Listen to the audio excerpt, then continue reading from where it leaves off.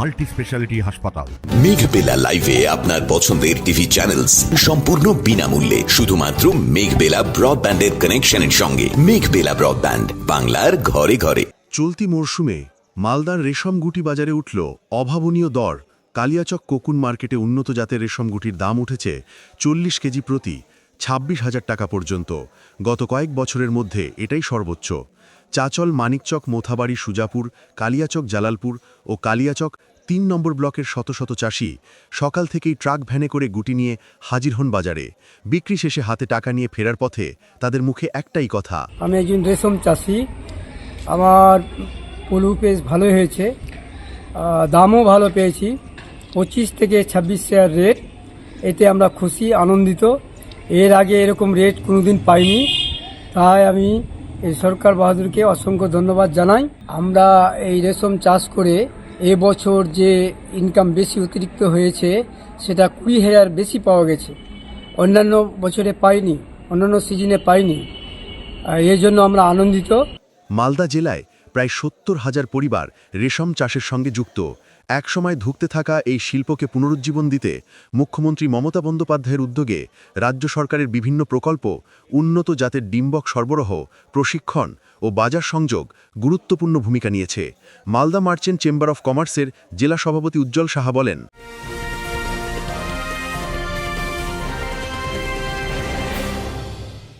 উত্তর 24 পরগনা ও তার আশপাশের এলাকার মানুষের সেবায় ক্যাথ ল্যাবের মতো অত্যাধুনিক সুবিধা নিয়ে পরিষেবায় ব্রতী সারদা মাল্টি স্পেশালিটি হাসপাতাল।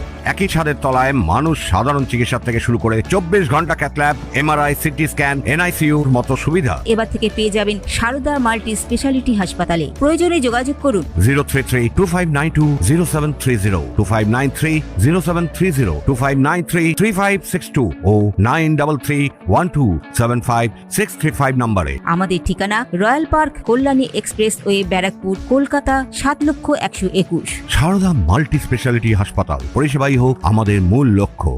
আমাদের রাজ্যের মালদা জেলায় আমরা নিস্তারি সিল্কে জিআই পেয়েছি। পশ্চিমবঙ্গের মাননীয় মুখ্যমন্ত্রীর নির্দেশে আমাদের জেলা প্রশাসন এবং সেরিকালচার ডিপার্টমেন্ট কাজ করছে। অত্যন্ত আনন্দের বিষয় যে এবছর আমাদের মালদা জেলার কালিয়াচকের কোকেন হাটে 26,000 টাকা মনে হাইস্ট দরে কোকেন বিক্রি হয়েছে।